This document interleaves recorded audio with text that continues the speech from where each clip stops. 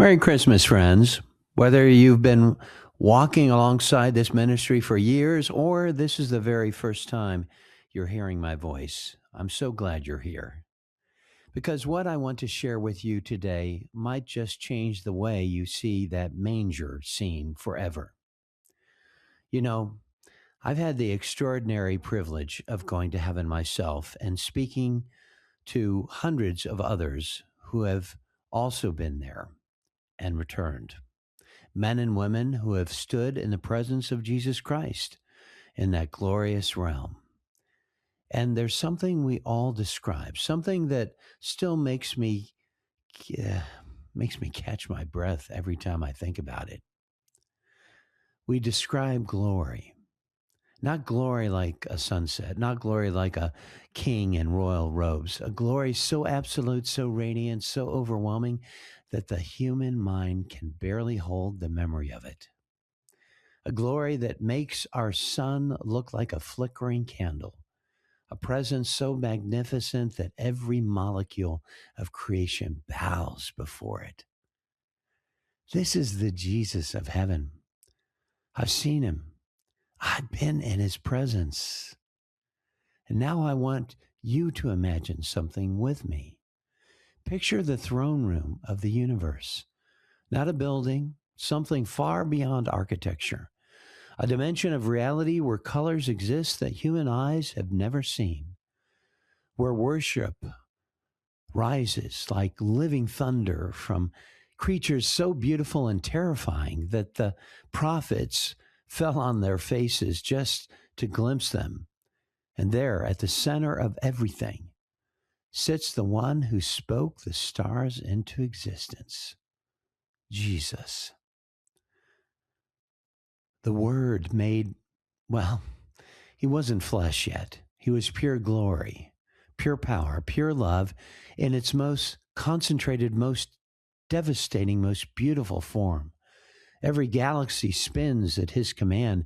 Every law of physics he holds together because he wills it. Every angel, millions upon millions of them, exist to serve him, to adore him, to fly at his word. Time itself bends around his throne. This is what he had. This is what he was. Now, imagine a moment in eternity, before Bethlehem, before the prophets, perhaps even before Eden itself, when the Godheads looked upon that that which would become humanity. They saw the rebellion, they saw the separation, they saw you and me wandering in darkness, dying in our sin, utterly incapable of climbing back to glory on our own. And here's where the story becomes almost too much to comprehend. The Son, this radiant King of infinite majesty, looked at the Father, and in that eternal exchange of perfect love, a decision was made. I'll go. I'll go down. I'll go all the way down.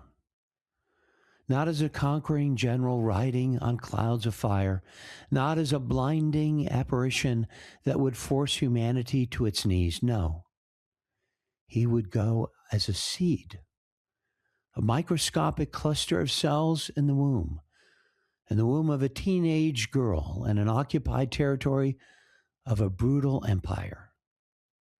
Friends, we call this the incarnation, but that word has become so familiar we've lost the scandal of it. The one who held the universe in his hands would have to learn to hold a wooden spoon. The one whose voice shattered mountains would have to learn to form his first word, probably mama. The one who never tired, never hungered, never knew a moment of weakness would feel exhaustion, would feel the gnaw of an empty stomach, who would skin his knees and cry. Philippians tells us he emptied himself. That's not poetry. That's the most staggering act of voluntary reduction in the history of existence. Imagine, just imagine, if you could perceive every star, every atom, every dimension of reality simultaneously, and then you chose to squeeze all of that awareness into a body that couldn't even control its own neck muscles. That's what the manger means. That's what Christmas celebrates. The God who had everything, choosing to have nothing. The King of heaven, choosing a feeding trough for animals as his first bed. And here's the question that should stop us cold. Why? He didn't need us. Heaven was not incomplete without humanity. The angels would have worshiped him for eternity. The celestial realms would have continued in their perfect order. So why? And here's where I want you to lean in, because this is the part that should wreck you in the best possible way. He was thinking of you, thinking about you. Before the foundation of the world, Jesus Christ in all his glory, with all his power, possessing everything, looked across time and saw your face, your specific face, your name, your story, your struggles, your moments of doubt, your seasons of wondering. He saw you at your worst. He saw the thoughts you've never told anyone. He saw the shame you carry, the fears that wake you at 3 a.m, the ways you've failed and fallen and wondered if you're too far gone. He saw all of it, and he decided you were worth everything. Not worth something, worth everything, worth leaving glory, worth the vulnerability of a human body, worth the limitations of human life, worth the misunderstanding, the rejection, the betrayal, worth Gethsemane, worth the scourging, worth the nails, worth the cross. This, my friends, is the heart of God. Not a distant deity demanding worship from afar, not a cosmic accountant telling your failures, not an angry judge waiting for you to step out of line. The true God, the real Jesus, is the one who looked at you and said, I would rather die than live without you. This is Christianity. This is what makes our faith different from every religion, every philosophy, every self-help system ever devised.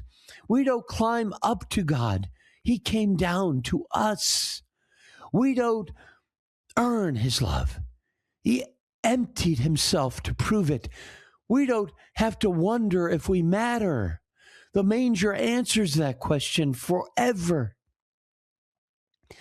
So wherever you are this Christmas, whatever you're carrying, whatever you're facing, whatever voice in your head is telling you that you're not enough, that you've gone too far, that God couldn't possibly want someone like you, I want you to look at that manger, and I want you to understand what it really means. It means the most powerful being in existence looked at you, specifically you, and decided that having a relationship with you was worth becoming helpless, worth becoming breakable, worth becoming mortal. You are not an afterthought. You are not an accident. You are the reason heaven emptied itself. And to all of you who have supported this ministry, who have prayed, who have given, who have shared these messages with others, thank you so much. You are part of something eternal. You are helping carry the true story of heaven to a world that desperately needs to hear it. And to those of you joining us for the first time, welcome to the family. We're not here to impress you with religious performance.